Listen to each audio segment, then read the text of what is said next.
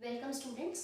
Today we are going to start a new topic that is interference. Interference जानने से पहले हमें ये जानना चाहिए कि सुपरपोजिशन का प्रिंसिपल क्या होता है। What is the principle of superposition.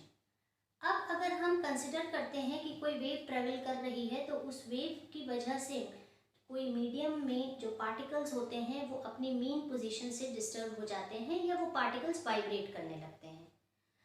तो अगर मान लेते हैं कि उस पर्टिकुलर पार्टिकल पर कोई एक वेव आती है दैट इज वेव ए, उसकी वजह से हमारा जो पार्टिकल अपनी मेन पोजीशन से डिस्टर्ब हो रहा है उसको हम मान लेते हैं ए।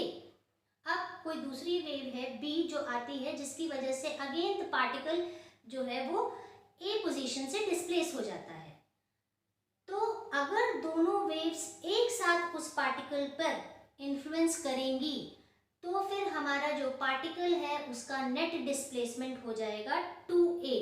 यही कहलाता है प्रिंसिपल ऑफ सुपरपोजिशन। अगर कोई पर्टिकुलर पार्टिकल, अब ये तो मैंने आपको एग्जांपल दो वेव्स के साथ लिया है, इससे ज़्यादा वेव्स भी हो सकती हैं और इन सब वेव्स की वजह से इंडिविजुअली पार्टिकल का जो डिस्प्लेसमेंट हो रहा है और अगर सारी वेव्स एक साथ उस पार्टिकल पे पड़ती हैं तो जो पार्टिकल का अब नेट डिस्प्लेसमेंट होगा वो होगा सारी वेव्स की वजह से जो डिस्प्लेसमेंट हो रहा था उसका एल्जेब्रिक सम। ये चीज ध्यान रखिएगा, that will be the algebraic sum. Okay, so we can say the displacement of a particle at a point under the influence of more wave, two or more waves is algebraic sum of the displacement caused by the individual wave. ये तो एक general wave के बारे में मैंने बताया था। ऐसा लाइट के केस में नहीं होगा क्योंकि लाइट जो है वो वैक्यूम में भी ट्रेवल करती है, तो लाइट में हम इलेक्ट्रिक वेक्टर्स की बात करेंगे। अब हम आ जाते हैं यहाँ पे इंटरफेरेंस ऑफ लाइट जो कि हमारा टॉपिक है। तो what is interference of light. Interference of light जो है, अगर मान लीजिए एक से ज्यादा वेव्स या दो वेव्स किसी एक मीडियम में एक ही लाइन में ट्रेवल कर रही हैं तो उनका सुपरपोजिशन की वजह से लाइट की इंटेंसिटी में रीडिस्ट्रीब्यूशन हो जाता है और उनकी इंटेंसिटी जो होती है वो मॉडिफाइड हो जाती है। इसी को हम क्या कहते हैं, interference of light. You can see here the modification of the distribution of light energy obtained by the superposition of two or more light waves. इसे हम कहेंगे इंटरफेरेंस ऑफ लाइट। चलिए अब हम इसके बाद देखते हैं थ्योरी ऑफ इंटरफेरेंस। उससे हमें ये इंटरफेरेंस में की वजह से जो मॉडिफिकेशन हो रहा है वो हमें ज़्यादा समझ में आएगा। इसको अब चलिए हम और समझने की कोशिश करते हैं with the theory of interference. Now let us see theory of interference. In this let us consider the superposition of two waves of same frequency but different phase. In this we are going to consider the two waves and the amplitude of the two waves will be A1 and A2 respectively. तो किसी t time पे हम displacement consider कर लेते हैं y1। y1 किसके बराबर हो जाएगा, A1 sin omega t। A1 is the amplitude and omega t is the phase। तो हम आपको पता है लिख सकते हैं डिस्प्लेसमेंट, आपने क्लास 12 में देखा होगा, y1 is equal to A1 sin omega t। साथ ही हमारी जो दूसरी वेव है उसकी वजह से हम डिस्प्लेसमेंट मान लेते हैं y2। तो y2 क्या हो जाएगा, एम्पलीट्यूड का पार्ट दूसरी वेव का, वो हमने A2 लिया था, तो A2 sin omega t plus delta. अब हमने प्रिंसिपल ऑफ सुपरपोजिशन अभी देखा था कि उसमें क्या होता है कि हमारा जो नेट डिस्प्लेसमेंट होता है वो दोनों इंडिविजुअल वेव्स की वजह से जो डिस्प्लेसमेंट है उसका एल्जेब्रिक सम हो जाता है। इट मींस कि y will be equal to y1 plus y2। इसका मतलब हम इक्वेशन 1 और 2 को ऐड कर देंगे। तो हमने क्या किया है, ले लिया है A1 sin omega t plus A2 sin omega t plus delta. अब हम क्या करेंगे, इसको sin a प्लस b के फॉर्मूले से ओपन कर देंगे, that is sin a cos b plus cos a sin b। जब आपने इसको ओपन किया तो इसको तो हम इस टर्म को हमने एज इट इज लिख लिया, that is A1 sin omega t plus, अब ये क्या हो जाएगा, A2 तो सब में कॉमन हो जाएगा, sin omega t cos delta, sin omega t cos delta, और दूसरा टर्म क्या हो जाएगा, cos omega t sin delta. So A2 इससे भी मल्टीप्लाई होगा, A2 cos omega t sin delta. After that हमने क्या किया है, साइन ओमेगा टी के टर्म्स को कॉमन ले लिया है, तो साइन ओमेगा टी इस टर्म के साथ है, इस टर्म के साथ है, और साइन ओमेगा टी जो है वो इस टर्म के साथ है। तो you have taken sign omega T common. अगर इसमें से हम साइन ओमेगा टी ले रहे हैं तो सिर्फ a1 बच रहा है, और इसमें से साइन ओमेगा टी ले रहे हैं तो a2 cos डेल्टा बच रहा है, जो हमने यहाँ लिख दिया है। After that this term is written as it is, that is a2 cos omega t sin delta. अब क्या है, हम इसमें मान लेते हैं द ब्रैकेट वाला term that is a1 plus a2 cos delta is equal to a cos phi and sin delta is equal to a sin phi। इन दोनों को हम इस इक्वेशन में रिप्लेस कर देंगे, तो ब्रैकेट के टर्म की जगह हमारे पास क्या आ गया, a cos phi sin omega t, sin omega t को एज इट इज, और इस टर्म की जगह पे a cos phi। After that you can write that a2 sin delta, इसमें से हमने ये a2 ले लिया है, और sin डेल्टा इसकी जगह हमने क्या लिख दिया है, a sin phi, और cos ओमेगा t को हमने as it is cos omega t लिख दिया है। अब ये फिर से फॉर्मूला किसका बन गया है, sin omega t plus phi का। आप देख सकते हैं cos phi sin omega t plus sin phi cos omega t, a को हम कॉमन ले सकते हैं, तो y जो हमारा नेट डिस्प्लेसमेंट होगा y1 और y2 को ऐड करके, वो आ जाएगा a sin omega t plus phi। यहाँ पे एम्पलीट्यूड हमारा कैपिटल A हो गया है, एम्पलीट्यूड जो है वो चेंज हो गया है। अब हम इसके आगे का डेरिवेशन देखते हैं। Now students, we have already assumed that a1 plus a2 cos delta is equal to cos phi and a2 sin delta is equal to a sin phi। इसको हम इक्वेशन मान लेते हैं, ये इक्वेशन नंबर 6 है, इनको हम नंबर दे देते हैं, और ये हमारी होगी इक्वेशन नंबर 7।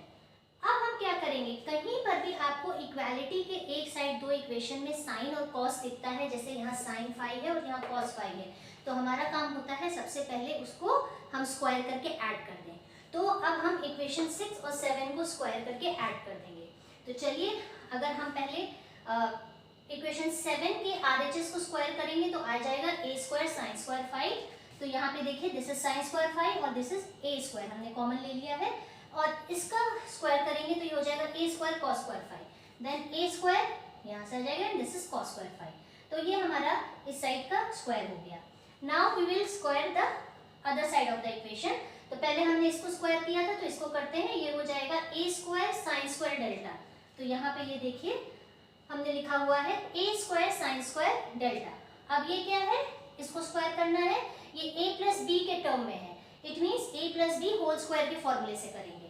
तो ये हो जाएगा a1 स्क्वायर, ये लिखा हुआ है, इसका हो जाएगा a2 square cos square delta, ये लिखा हुआ है, और 2ab यानी कि 2 लिखा, a की जगह हमारा a1 है, b की जगह हमारा a2 कॉस डेल्टा। ये हो गई हमारी equation. After that in next equation हमें पता है sine square phi plus cos square phi किसके बराबर हो जाएगा, that will be equal to 1। तो हमने यहाँ पे सीधे कर दिया, इसको 1 कर दिया, तो कुछ लिखने की जरूरत नहीं, ये बचा सिर्फ a स्क्वायर, एंड बाकी टर्म को हमने इस साइड में हमने a2 को कॉमन ले लिया है। जिन टर्म्स में a2 है हम उनको देखते हैं, जैसे इस टर्म में a2 है तो हमने यहाँ पे a2 ले लिया, और ब्रैकेट में हमने साइन स्क्वायर डेल्टा लिख लिया।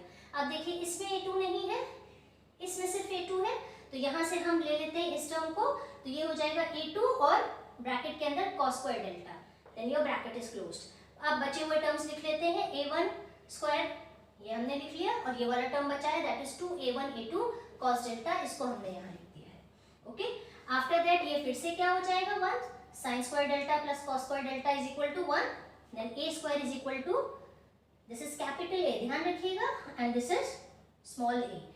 सो a square is equal to a2 square plus a1 square plus 2a1 a2 cos delta, ये 1 हो गया। ओके, नाउ आफ्टर दैट हमने बस रीअरेंज कर दिया है, a1 स्क्वायर को पहले लिख दिया है नेक्स्ट इक्वेशन में, और इसको बाद में लिख दिया। देखिए a1 square plus a2 square plus 2a1 a2 cos delta, ठीक, इसको हमने इक्वेशन नंबर 8 मान लिया था।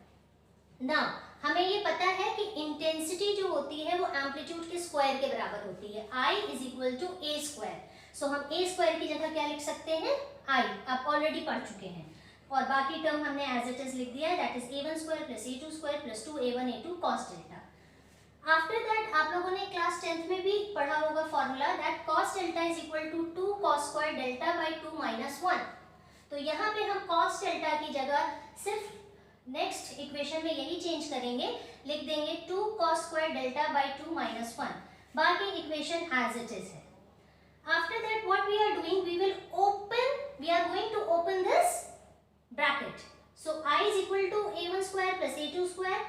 अब पहले हमने ये वाला टर्म लिख लिया, दैट इज इसको अगर 2a1 a2 को -1 से मल्टीप्लाई करेंगे then we will get 2a1 a2 and now we are going to multiply it with this, we will get a positive, क्योंकि ये भी पॉजिटिव है ये भी पॉजिटिव है, we will gate 4a1 a2 आगे cos square delta by 2।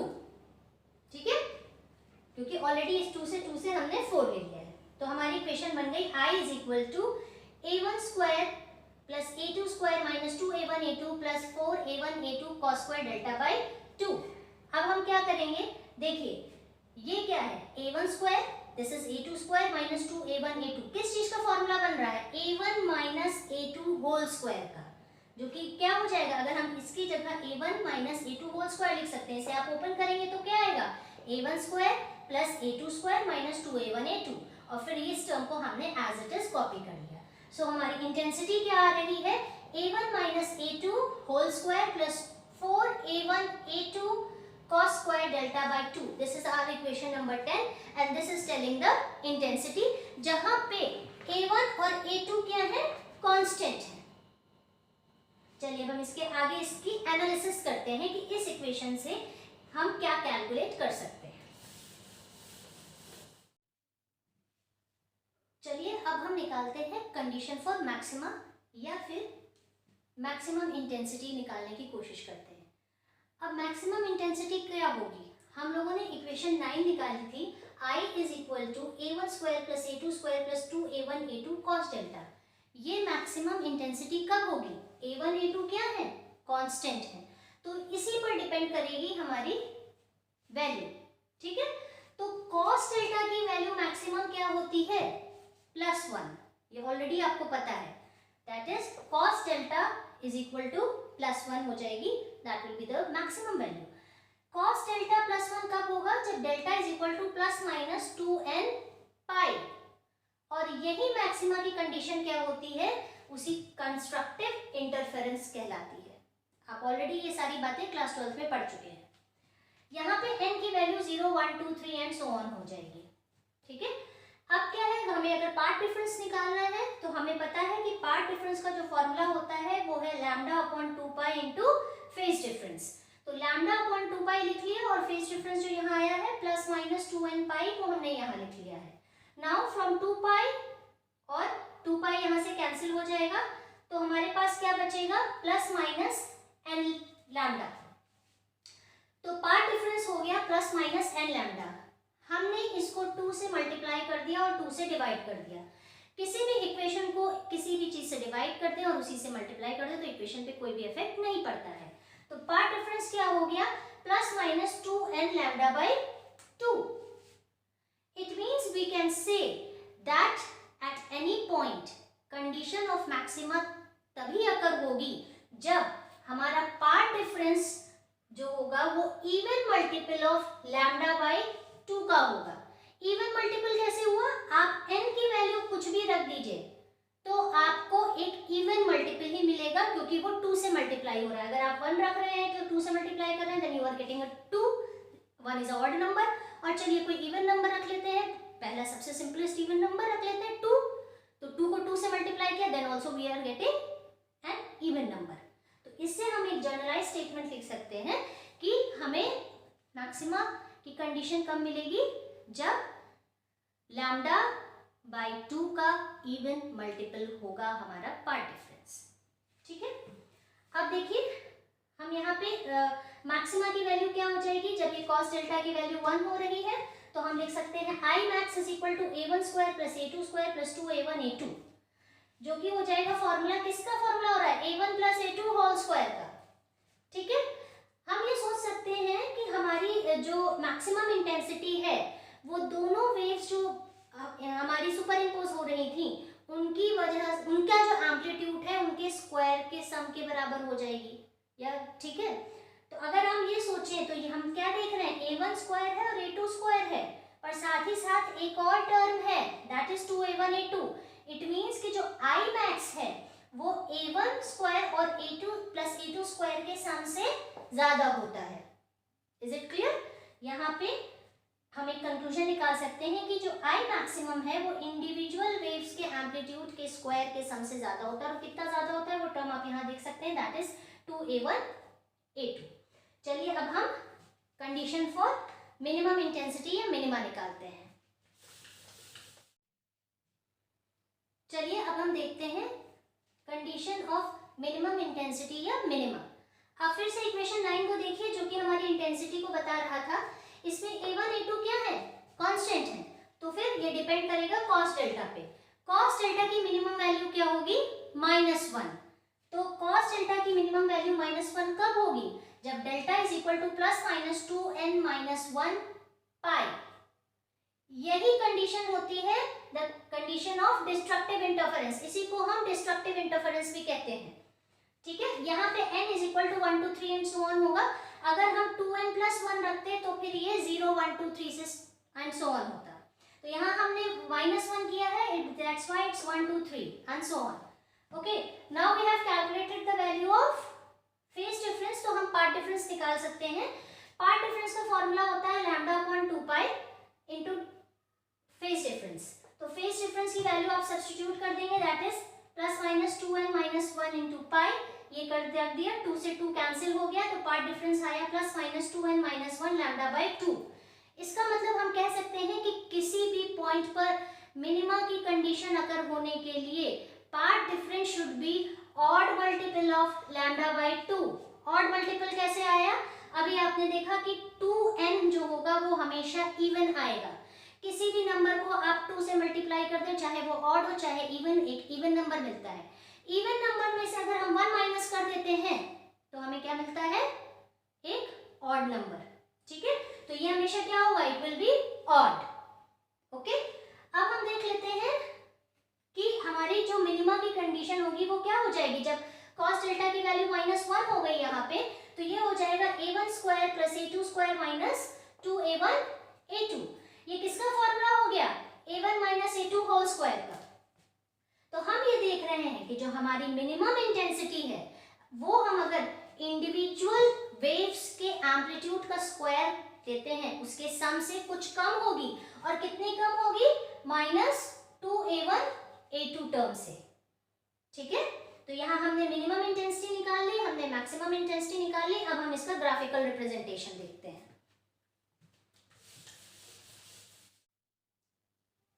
So students, अगर हम एक ग्राफ प्लॉट करते हैं between the intensity and the phase difference, तो जो कर्व हमें मिलता है उसे हम कहते हैं इंटेंसिटी डिस्ट्रीब्यूशन कर्व।